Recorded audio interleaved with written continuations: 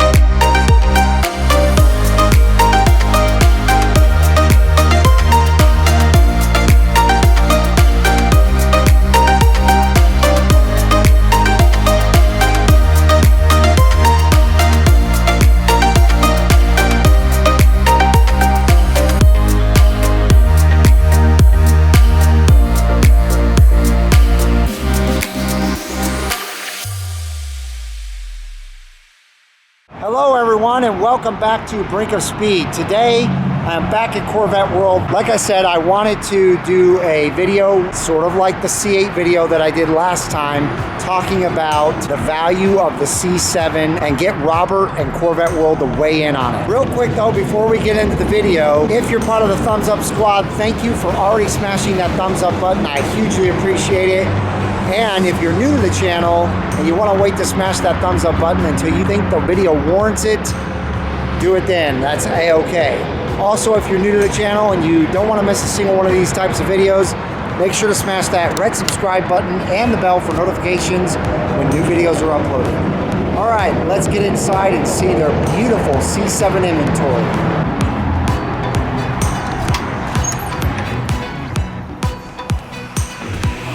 What's that, man? Holy crap.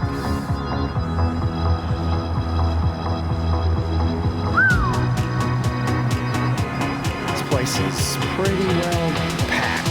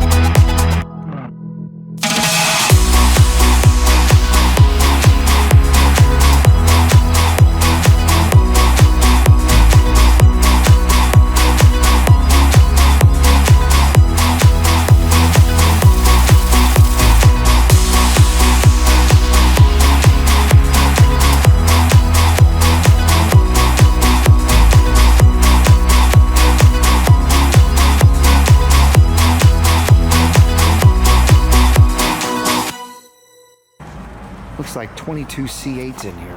But guys, we are in here to talk about the C7. All right, ladies and gentlemen, so as you can see, I'm back here with Robert, and we had a hit video a few weeks ago about the C8 pricing and values and what it has done in the last 12 to 8 months. So we want to address the same thing with the C7. There's a lot of questions on my channel about why is C7 pricing the way that it is, when is it going to come back down, so on and so forth. So let's let Robert address all of that. Well, first off, once again, thank you all. Last video was a smashing hit, so first off, thank you to everybody for that. Okay, so quick rehash of history here.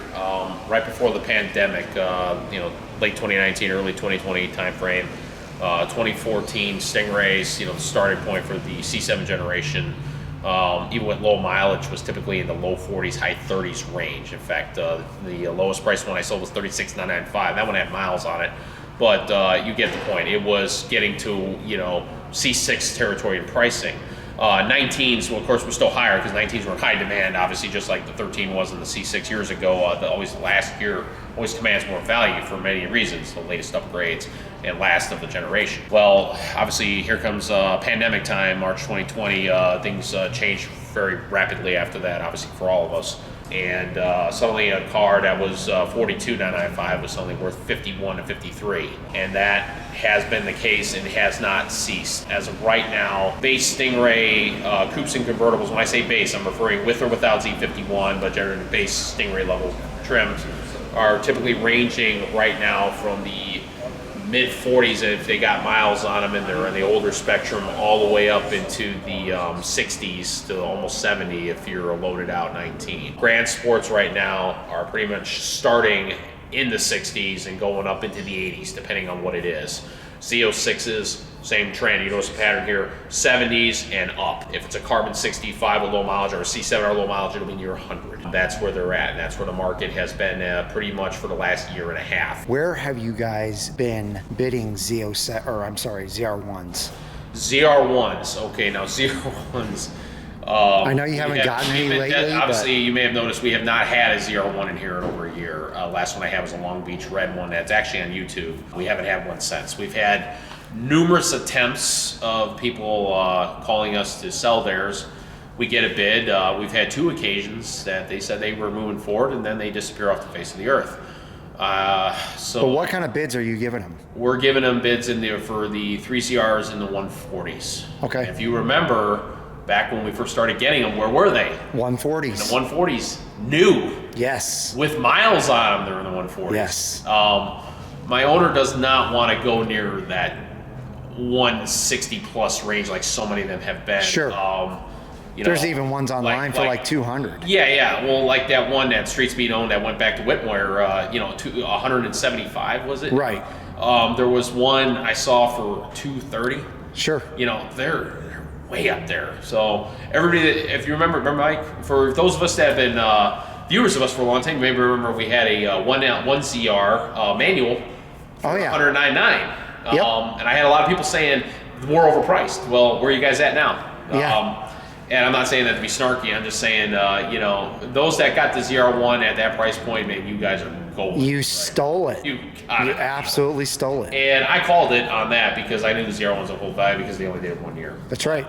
They are still extremely high. I'm going to still say right now, your ZR1s are 130 plus. Let's just put it that way. Even a base 1ZR, unless it's got a accident report or something like that, it's going to be 130 plus. Sure. So a manual, auto, 1ZR, coupe, convertible, doesn't matter. 130 plus. Okay. Let's just leave it at that. The market's where it's at right now. There. So out of the C7s, obviously the ZR1 is the best. Tell us about Z06s. What are they doing right now when you guys get them in? Z06s have held strong because the bang for the buck factor is still undefeatable. Sure. Even if I wasn't a Corvette fan, and there are people who are not Corvette fans, even say performance to capability of the Z06 is still. A C7 Z06 is still one of the best on the planet. Sure. You can't go wrong with it. That's right. The numbers speak for themselves. Even when this new one comes out, again, let's get this out of the way now. When this new C8 Z06 finally start hitting market, is it going to start pushing prices down? No. It will not. No. I am literally getting a ton of inquiries asking for Z06s. They have no interest in the new ones whatsoever. There is still a huge fan base for C7s, especially the Z06. Sure. And there's various reasons for that. Some people just don't like the way the new ones looks, or they just have no interest in getting it when it first comes out because they know what we know. We're probably going to be seeing ZR1 style pricing. Right. Because we don't even have prices from GM yet. So odds are when they hit the aftermarket, that's going to be the market. It's probably going to be high. Yes. I would not be surprised what we're going to get out of it because of, for obvious reasons. I mean, a naturally aspirated engine that puts 20 more horsepower than the C7 Z06. I mean, it's incredible. It's going to be what it is. There's dealers talking that they're going to charge upwards to $100,000. Yeah. So over sticker. That's going to be what it is for a while. So in the meantime, if you want a 600 horsepower supercar, American made, you're going to go for a C7 Z06 or a C6 ZR1, both of which have been extremely strong still. Yes. So yeah, And would you say I have none because I sold them all. Would you say that they're bringing anywhere from 10 to 15 grand more than they did 2 years ago? Yes. You figure we sold. You figure when you sold us Blue Fury If I remember correctly, we sold him in the 70s range. Well, yeah, today would have been Well, you sold them to me in the 70s. in the 70s, and then we in turn sold it to the I think high 60s. I think. no, you sold it for $59,995. Oh yeah, it was. Yes. That's right. $59,995. I have for those who don't know, I don't have a CRM, but I've got stacks of every deal I have. So Mike's car, we sold to a customer here in Texas, and you're right, it was right around 60. Yeah, right at and 60. So if I had it now, if you had it now, you would easily get probably mid 70s on a trade with that thing, with the way you got it decked out with all that. yes. Yeah. So it's definitely insane, and I'm 10 to hearing 15 up on the market from 2 years ago. yeah, and it's staying steady. These prices are not going anywhere. They have leveled off. They have not gone up substantially. Even the ZR1s, they're going to be where they're at. They're going to be in that 130 to 250 range. Yes. Huge spectrum, but that's where they're at. And, you know, just like we've talked about with the C8 pricing being all over the place, if you go national, you will see, depending on what region you're in, you will see a spectrum of prices. But generally speaking, from the Stingray to Z06 range, you're going to be between 45 and 100. It's going to be your bracket for your mainline C7s. ZR1's in its own world. It really is. And then Grand Sports, how are Grand Sports doing? They're doing very well. Grand Sports, of course, are still what they are. You want the Z06 handling, but don't need the power. It's the way to go. And not to mention the looks. I mean, to this day, everybody loves the wide body. I mean, you can't go wrong with it. So show us this Grand Sport. What's it going for? So this particular one here, we just got this in. This is a 2019 1LT with a 7-speed manual. Oh, nice. Yes. Awesome. Elkhart Lake Blue, 1 year color. You know, yes. So it's a 19, and you got 8,000 miles on it. It's going right for 70. So yeah, it's only a 1LZ or 1LT. 1LT. And yeah, it's pretty standard. 70,000. But again, less than 10,000 miles, going for 70. That's crazy. Okay, now you think of the original window sticker on this car was probably only a few grand more. Sure. So value is strong. Yes, very strong. 8,000 miles. Yeah. You know, so I mean, it's incredible. And again, what's one of the biggest variables right now in the C7 versus C8? The manual trans. Yes. Manual trans buyers are still a strong minority of the market, but they're a very aggressive buying level of the market. Every time I get a manual in, they're going. This one I don't think will last long. For obvious reasons, it is a 1 year color and it's a manual. So that's going to be the buyer for this one. That's looking for that. So I doubt this one will be sticking around long. But now if you go up to the next level up, so I got here Black Rose, obviously another rare color. You only got it 2 years, a fairly low production. And this one here is a loaded 3LT with the carbon fiber hood and heritage package. This one's an automatic. Now look, same price, 2 years older with 20,000 miles. Wow. So it goes to show you. Now, yes, that goes, 19s, because it's a 19, will command, more value than the older ones, but you see the old ones aren't losing much. Right. Even with the mileage, you get all the miles. Yeah, this car's got more options, but you see that gap is still pretty close. It is. They're not dropping. How about Stingrays? Stingrays, well, as you can see, take a look at this one. I got a 19. Here's a 19, pretty heavily loaded 2LT convertible. And, guys, 3 years ago, this was Grand Sport pricing. Look at this price. And compare this to the market. Go on the internet, look at the market. And that's where they're at. I have looked on there, I have seen comparably loaded cars like this in the 70s. That's just where they're at. I mean, this is where the pricing has taken us now.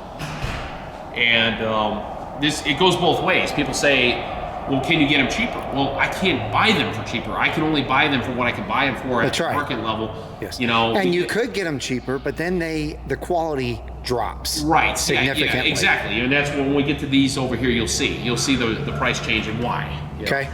But if you want like this, where you're less than 10,000 miles, barely past break-in, and you get a mint car like this, and this car is mint. This car here is immaculate. It is. Now, let's face reality here. We've got a little bit of mix of good and frustration with all this. Obviously, those that, were hoping, like, including, I will admit myself, obviously, being a guy who wants still to get his first Corvette, prices are going up. So with that said, even these vehicles not losing value, those that may have been hoping to get that, that loaded out Stingray in the 40s, well, that's going to be hard without miles on them. Now they say, all right, our price is going to go down from here. I don't think so. I think this is the new market. I think this is the new vet market. I think this is where I totally it's agree. going to be.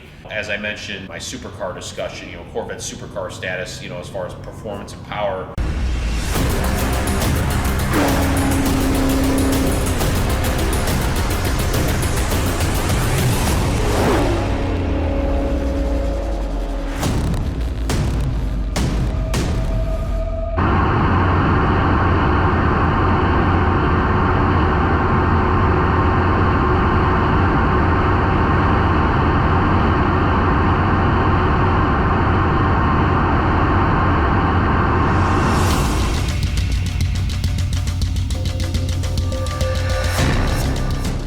But the C7 Corvette brought Corvette to a new level. Whether I, as a Corvette guy, I don't like this. I did not like the way auto media portrayed the Corvette as the plastic fantastic in the way they did, knocking on the interiors and stuff. Because the reality is, these older Corvettes from the late C4s through the mid C6 years were very reliable cars. I mean, you can knock on where they cut corners on cheaper interior, but the reality is, if you broke something, it was cheap to fix. If you judge how it held up, if you took care of your car, it still holds up very well. So, compared to more expensive components. Well, now, this generation started off with, putting that aside. They look at this interior on this one. Now, this is a 2LT, leather, actual metal. I mean, they went out and said, okay, we're going to make a statement. Now, everybody says, well, that's making a statement. Yes, it was by going mid-engine.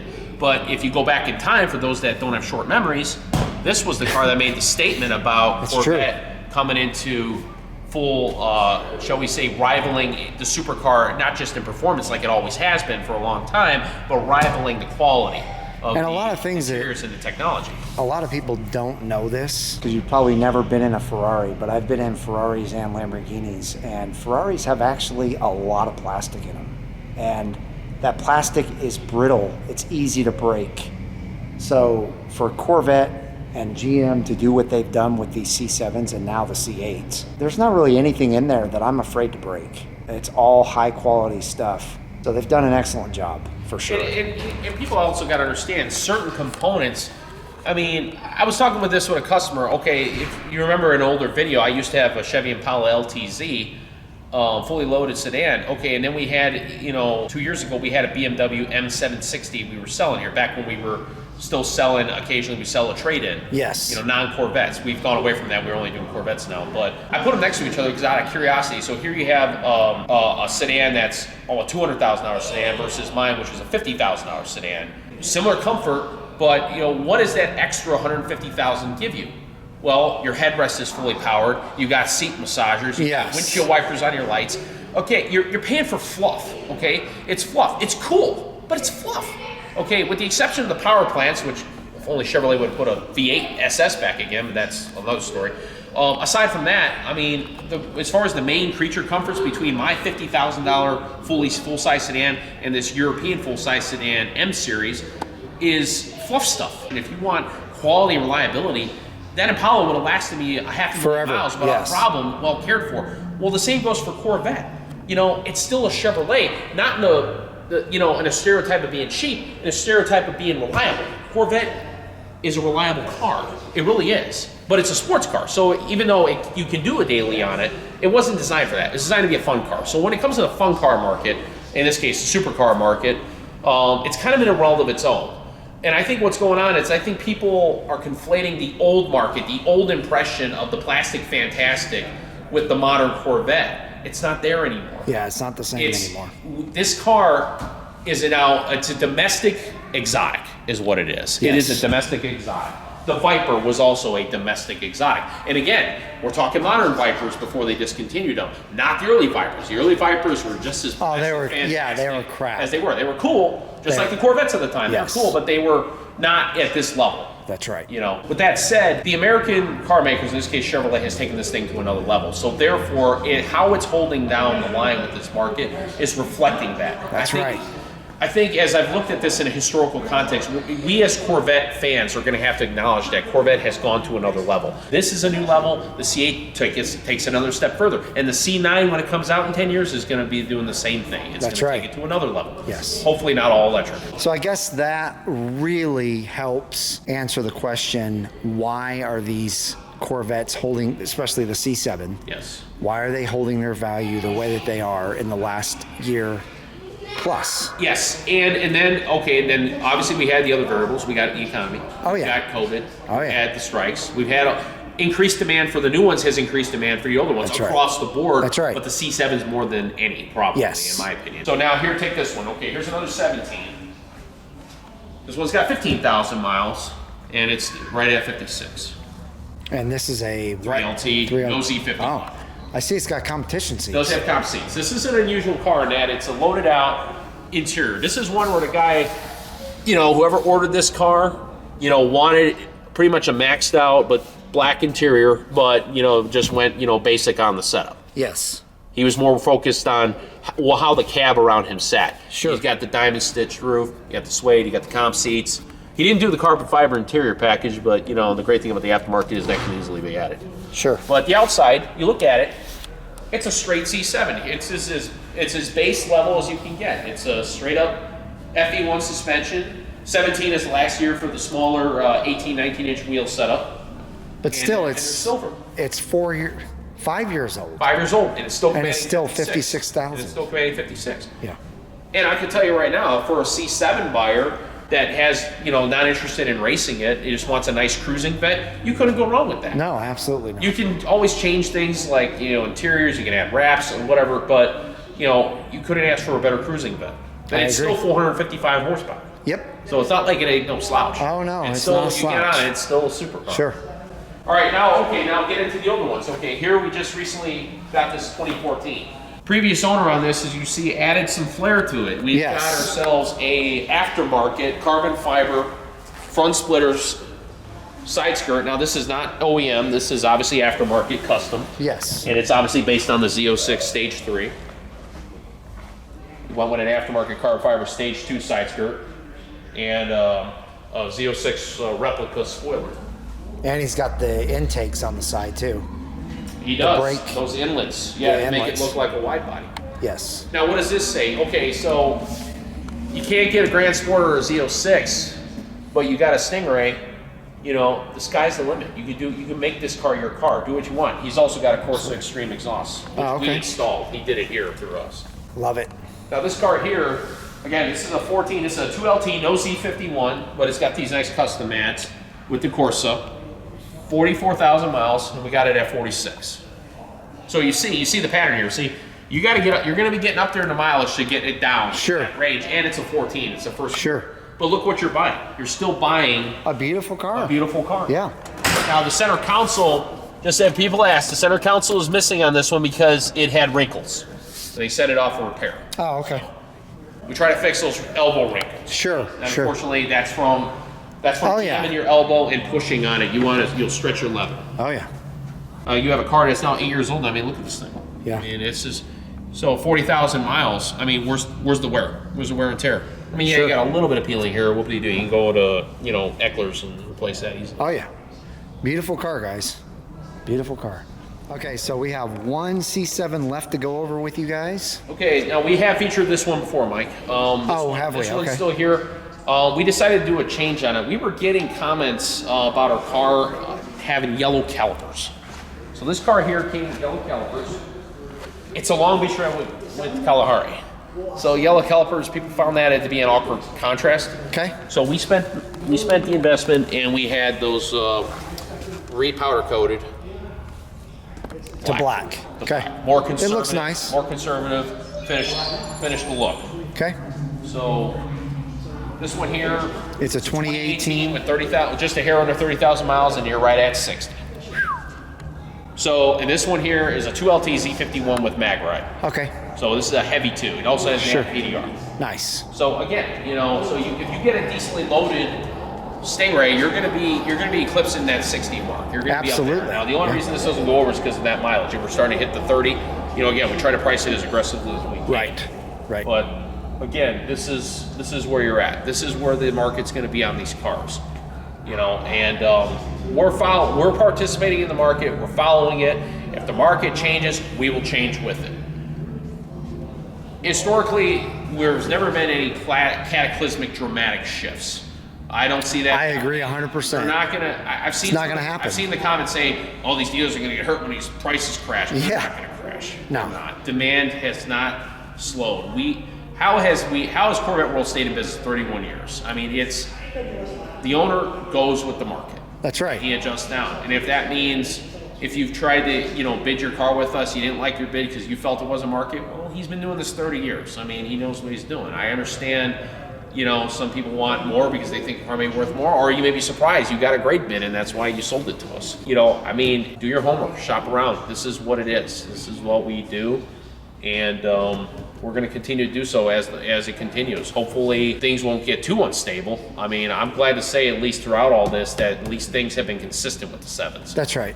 You know, I mean, aside from ridiculous inflation, I don't see them going up anymore. Sure. But I don't see them going down. Sure. All right, ladies and gentlemen, that is going to wrap up this video. I hope you guys enjoyed it. Hope you understood the explanations that Robert gave as to why the C7s are holding their value very well. Pricing is not going anywhere anytime soon.